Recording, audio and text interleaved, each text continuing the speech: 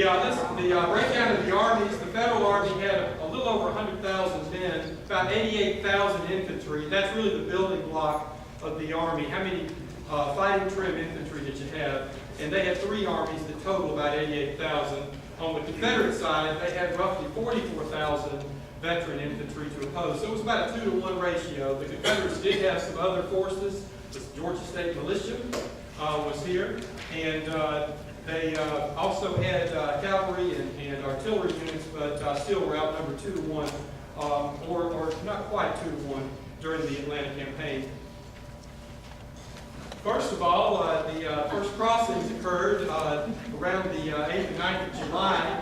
And anybody heard the story about the naked troopers?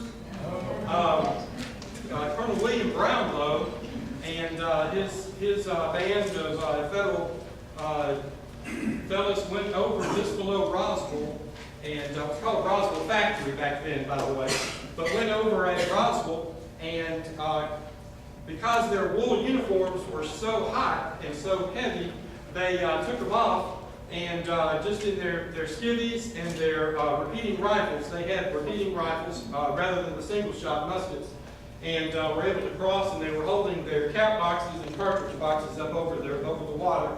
And on the Confederate side, some of Wheeler's cavalry that was posted opposing them were so amazed that that they called them Sunday rifles. In other words, you could load them on Sunday and fire all week.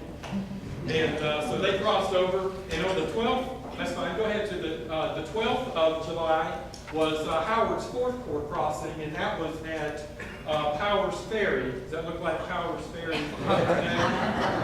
And General Howard was commanding the 4th Corps, and he's going to be coming down by way of the Roswell Road through Chastain Park.